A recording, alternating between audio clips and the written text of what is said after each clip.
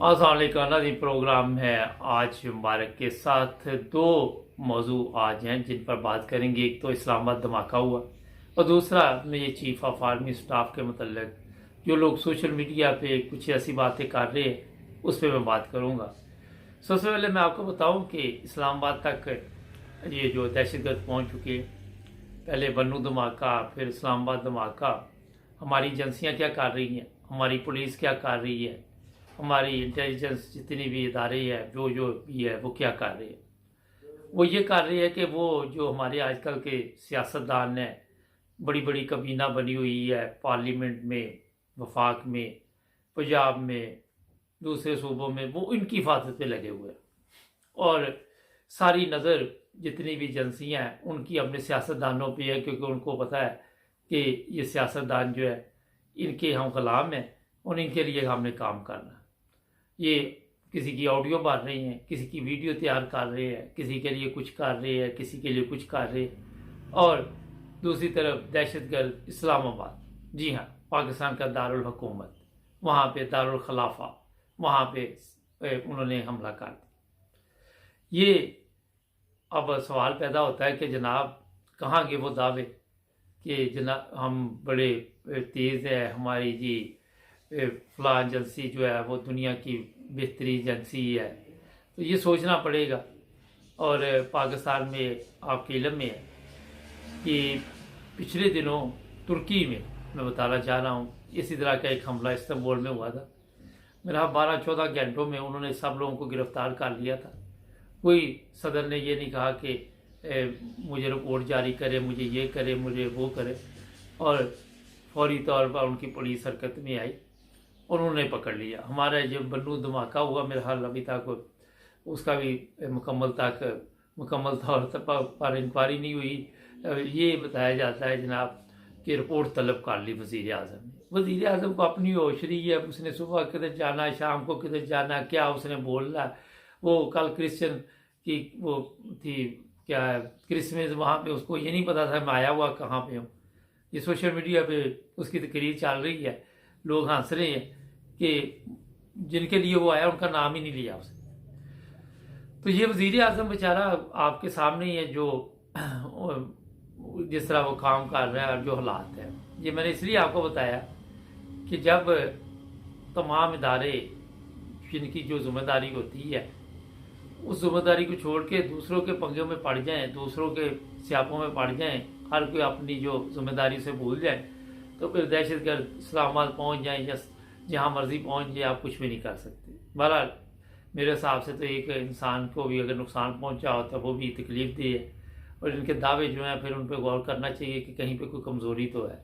ये नहीं कि कोई आपको तवज्जो दिलाए तो उसको ढूंढना शुरू कर देते कि इसने तवज्जो क्यों दिलाई है, बजाय इसके कि उसने अगर तवज्जो दिलाई है तो अपना काम पर तवज्जो दें। वो फिर ये सारे काम छोड़ के कहते जी उसको पकड़ लाओ, उसने हमें यूँ क्यों कहा। अच्छा, जो नए चीफ ऑफ आर्मी स्टाफ आए हैं उनके मतलब लोग सोशल मीडिया पे बातें कर रहे हैं, मगर मैं उन सबको यही अभी कहूँगा कि इंतज़ार कीजिए। देखिए, आप फौरी तौर पर नए चीफ ऑफ आर्मी स्टाफ के ख़िलाफ़ इस तरह की बातें करनी शुरू कर देंगे, ये मुनासिब नहीं है। हमारे में सब्र नहीं है। जहाँ हमने सब्र करना होता है वहाँ सब्र नहीं करते, जहाँ नहीं करना होता वहाँ हम फौरी तौर पे जिस तरह तरतीब से मुल्क नहीं चल रहा, आइन नहीं चल रहा, कानून नहीं चल रहा, इस तरह कोई चीज़ भी तरतीब से नहीं चल रही। अब हर एक बंदा जी ये कह रहा है ये हाजी साहब के साथ मिले हुए हैं, वो भी टाइम लगता है हर चीज़ को दुरुस्त करने में। आपको मैंने कई दफ़ा कहा कि फौरी तौर पर आप ज़हनी तौर पर ये दावा नहीं कर सकते कि जो नए चीफ ऑफ आर्मी स्टाफ है वो बाजा साहब की तरह चलेंगे। मेरा ख्याल है उनको काफ़ी समझ है, काफ़ी इस चीज़ का शौर आ चुका होगा कि एक बंदे ने गलत पाकिस्तान के साथ किया, पाकिस्तान के से दुश्मनी की और पाकिस्तान का ख़जाना खाली हो गया, जाते जाते कह गए कि पाकिस्तान में अब मईशत तबाह हो चुकी है। तो ये चीज़ें उस सारा नए चीफ ऑफ आर्मी स्टाफ ने भी सुनी होगी, उसको भी पता ही है। और जब आखिरी मुलाकात हुई तो आपने देखा था कि जो हालत कमर जवेद बाजवा की थी वो आप सबके सामने है कि उससे वो खुद ही कदम उठा रहा था और ऐसे ही था जैसे कोई मसनूई चीज़ चल रही है। तो ये सब कुछ देखने के बाद कोई बंदा बेवकूफ़ भी हो तो उसको समझ आ जाती है कि यार मैंने कोई अच्छा काम करना, जो इसके साथ हुआ वो ना हो। तो हमारे तो माशाल्लाह जो नए चीफ ऑफ आर्मी स्टाफ है काफ़ी सीनियर है और काफ़ी उनको इस चीज़ का तजर्बा भी है, लेकिन हालात इतने ख़राब हो चुके हैं कि उसको ठीक करने के लिए टाइम चाहिए, जो असल बात है। सियासतदान है, उनका भी बेड़ा गर्क हो चुका है। जमहूरियत आपके सामने जिस तरह चल रही है, 2 हफ्ते चलती है, 3 हफ्ते बंद हो जाती है, फिर चलती है, इसी तरह चल रहा है।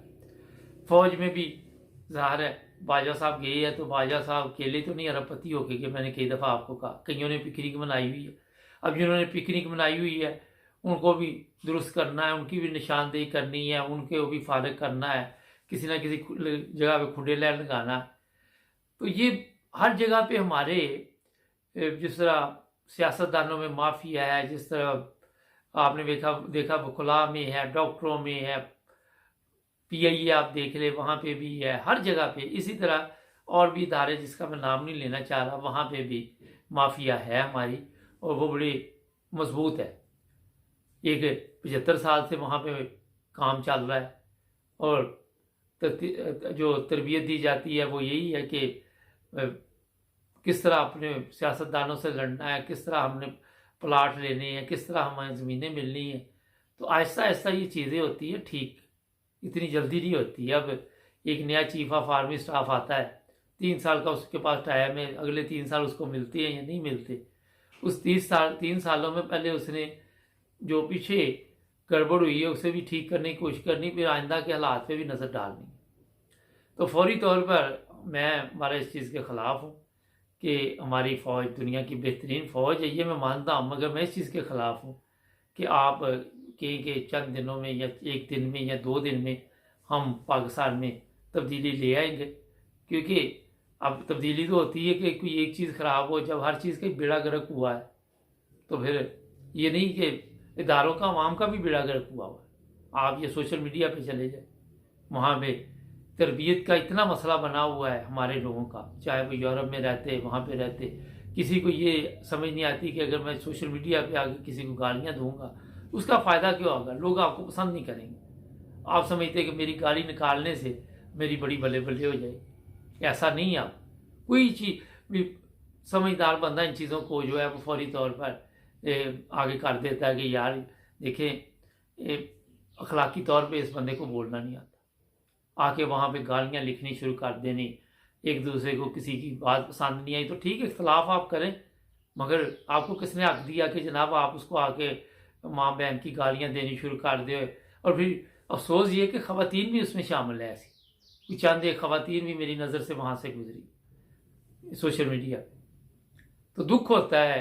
वहाँ से आप बताते हैं कि किस माहौल में आपकी तरबियत हुई, आप किस माहौल में पले बढ़े, और कोई भी आपको पसंद नहीं करेगा आज के दौर में, क्योंकि गालियाँ देने से अगर मसले हल होते तो पाकिस्तान में आपको पता है आप लाहौर ही चले जाए, वहाँ पे कितनी गालियाँ दी जाती है, मगर तरबियत नहीं हो सकी कौम की तरबियत ना होने की वजह से सियासतदान भी वहाँ से आए हैं, फ़ौज में भी लोग वहाँ से आए हैं, वो मदरसों में भी वहाँ से आए हैं, उलमा भी वहाँ से बने हैं, टीचर भी वहाँ से बने हैं। तो आपने क्या तब्दीली फिर उससे पाई?